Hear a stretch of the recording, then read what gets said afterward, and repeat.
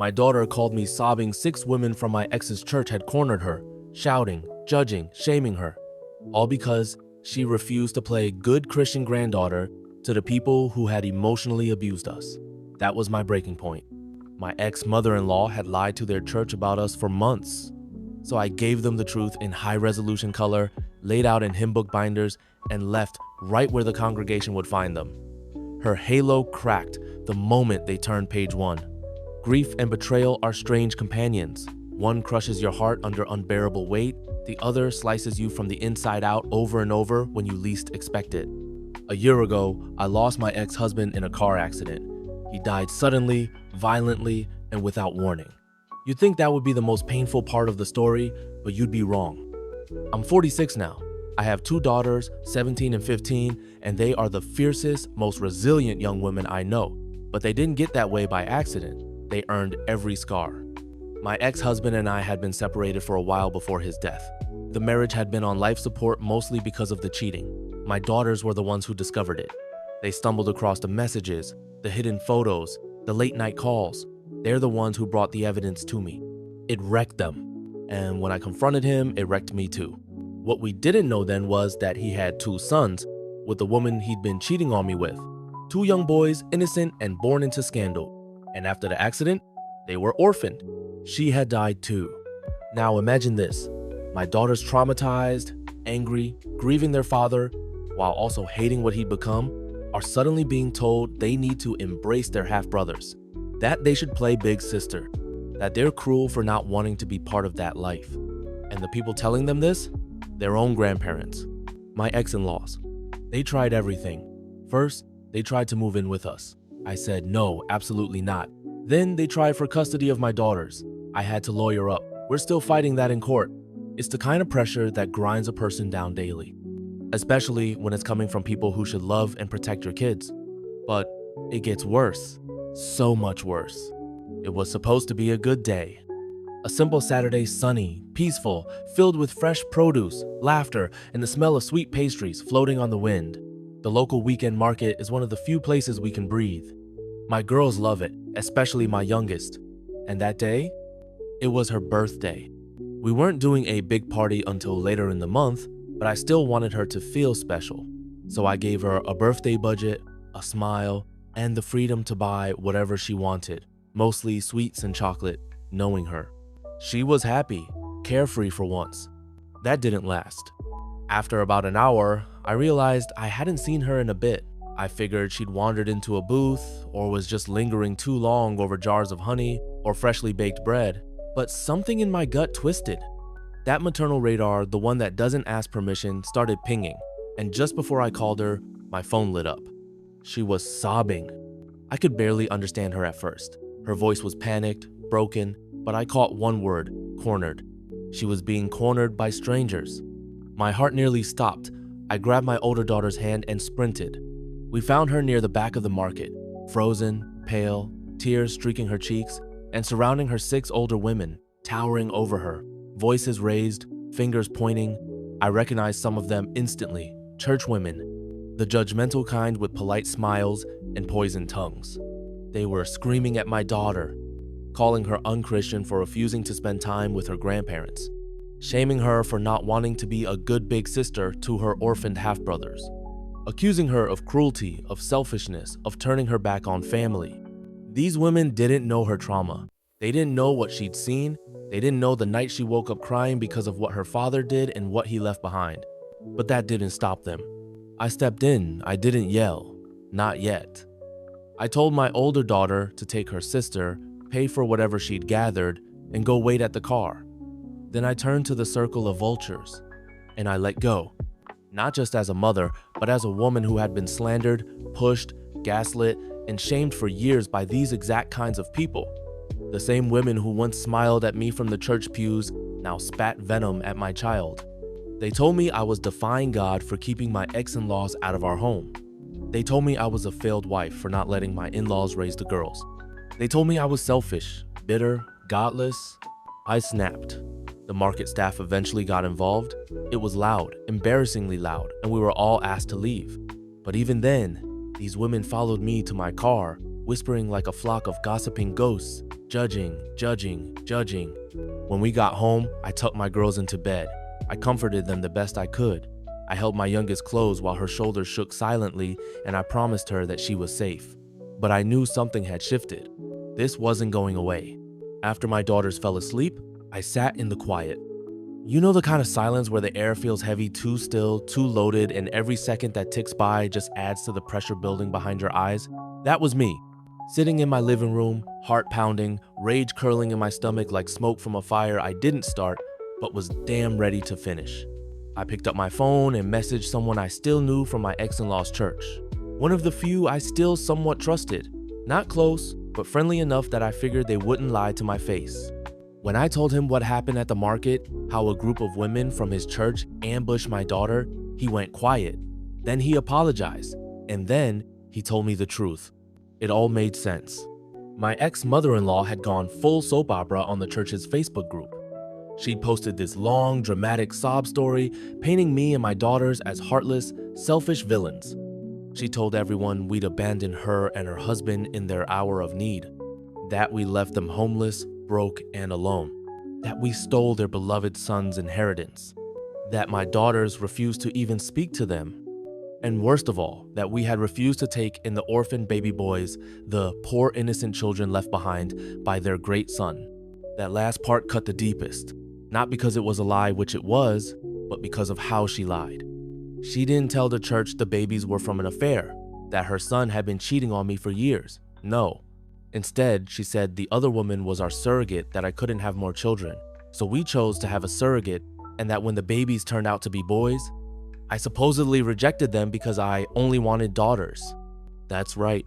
She accused me of hating those children because they were male. And because of that, she said I pushed her son away and ruined our family. The audacity of that lie nearly stopped my breath. It wasn't just manipulation, it was calculated spiritual warfare.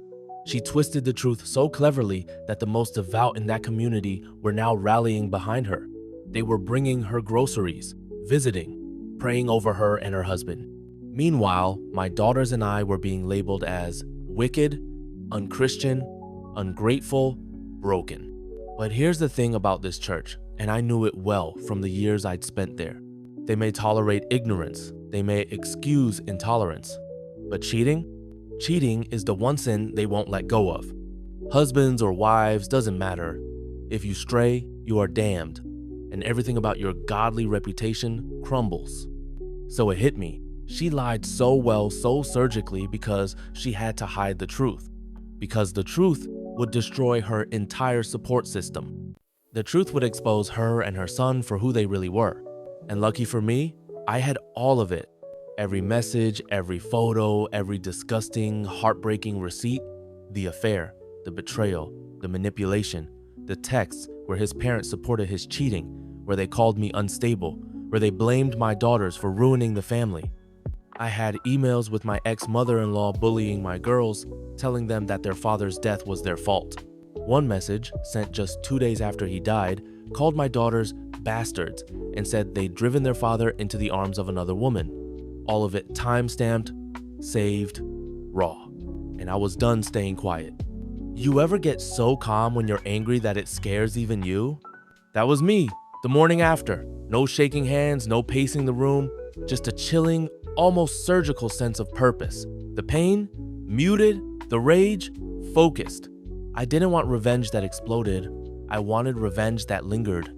That settled into bones and whispered, "You did this to yourself." I called off work, took a personal day, grabbed coffee, and then went straight to the print shop. I walked in with a flash drive and a plan.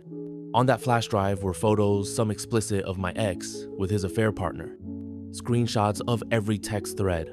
Emails from him, from her, and especially from his parents, begging me not to ruin his reputation. Messages where my ex-mother-in-law called me a bitter failure, where she said I didn't deserve to be a wife, where she laughed at my daughter's pain. And worst of all, that message, 2 days after my ex's death, calling my girls bastards and blaming them for everything. I wanted every line of that filth preserved. And not just preserved, presented. I paid extra for premium paper, crisp, glossy, color-rich. I even had the cover sheets laminated, Because this wasn't just a video, this was a gospel of truth, and it was going to be read in the house of God. When I got home, I spent hours assembling the binders, labeled, organized, chronologically laid out like a court case. And then the final touch, I designed the covers to look like church hymn books. Elegant, simple, harmless.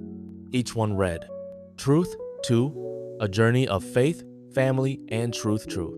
And when you opened the cover, you were greeted with the first photo of my ex and his mistress in our living room, kissing, hands everywhere, her face clear, his face unmistakable, not a shred of doubt. Below the image, ex-husband's name and affair partner's name, a love story. Then, page after page of truth. His betrayal, his parents' complicity, their bullying, their lies. When I was done, I had 12 hymn book-sized binders. The next morning, I dressed the girls for school, gave them extra kisses, and told them I was proud. I didn't tell them why, I just told them, you'll sleep better soon. Then I drove to the church. It was early before the main service. The building was quiet, the kind of quiet where your heels echo on the tile and the old wooden pews creak when you walk by. I knew exactly where to go. In the back of the sanctuary, there's a little table. It's always stacked with extra hymnals and song packets for people who forget theirs. No one checks them, no one thinks twice. They're just there. I gently slid the 12 binders in among the others, some on top, some in the middle. I even tucked one into the children's section because I know how fast gossip spreads among adults when kids stumble across something grown-up. Then I walked out, smiled at the greeter, and left. The trap was set, and the fuse was already lit. The church service started at 9:00 a.m. By 9:27, the first Facebook post hit. I wasn't there, of course not. I didn't need to be. I just refreshed the group page from my phone like I was watching live sports. And let me tell you, it was glorious. The post started small, confused, curious. Did anyone else find those booklets this morning? Is this some kind of church outreach project? Then it turned. Quickly. Is this real? Is this him in the photos? Why would she lie like that? She said the babies were from a surrogate. I feel sick. I helped cook for that woman last week. And then came the thunderstorm. A full-blown social media meltdown. Church drama in all its glorious, hypocritical unraveling. People were furious. Those who had been offering sympathy and support to my ex-in-laws, delivering meals, donating money, praying over their suffering, felt used, manipulated, lied to. The comments exploded with outrage. How dare they weaponize God's word to cover for adultery? That poor woman and her daughters, we owe them an apology. Shame on all of us for believing those crocodile tears. Her own grandchildren, what kind of monsters are they? It got so bad that the pastor had to intervene. He posted a long message begging everyone to keep things respectful and Christ-like. He reminded people that gossip was a sin, but even he couldn't hide his disappointment. You could feel it in his tone, that deep betrayal. Because this church may have tolerated the homophobia, the patriarchal nonsense, the fire and brimstone stuff, but cheating, lying to your congregation, weaponizing your faith to manipulate people, that was unforgivable. And then something even more satisfying happened. The apologies started rolling in. A handwritten letter from one of the church elders showed up in my mailbox. It was addressed to my daughters. He called them brave, resilient, and unjustly attacked. Another letter came from one of the market women, yes, one of the ones who had harassed my youngest. She admitted she was wrong, that she'd been misled, and begged for forgiveness. She even offered to cook a birthday cake. Then came the cherry on top. The church extended an invitation for us to return, not as outcasts, but as wounded family. They offered to surround us with support, to help us heal, and to pray for my daughter's continued strength. Was it performative? Maybe. Was it a little late? Definitely. But it still felt like justice. Meanwhile, my ex-in-laws, they vanished from the Facebook group within 48 hours. A few mutual acquaintances told me they'd left the church entirely. The shame was too thick, the whispers too loud, the stares too piercing. And in one final, desperate grasp for sympathy, my ex-mother-in-law made a post on her personal Facebook page, a public one. She wrote, "I feel so alienated, so unloved. Nobody respects the elderly anymore. I wish my beautiful son was still alive. He would have protected me. Protected her with what? I wanted to reply. His lies? His life insurance that he left to the daughters you now slander? I didn't respond. I didn't have to. You'd think that after a storm like that, there'd be relief, a moment of peace where the world feels right again. But what I felt wasn't quite relief. It was clarity. For the first time in what felt like years, I could breathe. Not because my ex-mother-in-law was being shunned, not because the church had turned on her, not because the judgmental whispers were now about her, not me, but because my daughters, my girls were finally left alone. They didn't know every detail of what I'd done, and I didn't tell them. I just said, the truth is out now, and left it at that. I didn't want to dump that burden on their already heavy hearts. All they needed to know was that they were believed, that the world could still stand up for them, even when it felt like no one would. We moved forward, slowly. Therapy continued. Birthdays came and went with laughter this time. No surprise confrontations in public. No twisted family drama in the mail. No Facebook slander to explain. And while the court battle for custody is still ongoing, my ex-in-law's sudden loss of credibility has made things a lot easier. Judges don't look kindly on people who harass minors and lie to their entire church community. I still get messages now and then, subtle apologies, passive-aggressive Bible verses, even some quiet requests for reconciliation. But I don't answer. Because when people show you who they are, really show you believe them the first time. My ex was a liar. His parents were enablers. And their grief, real or not, never gave them the right to weaponize religion against children. What they did wasn't just cruel, it was calculated. And if exposing the truth makes me unchristian in their eyes, so be it. Because my girls, they know the truth. And they know their mother will never ever let anyone silence them again.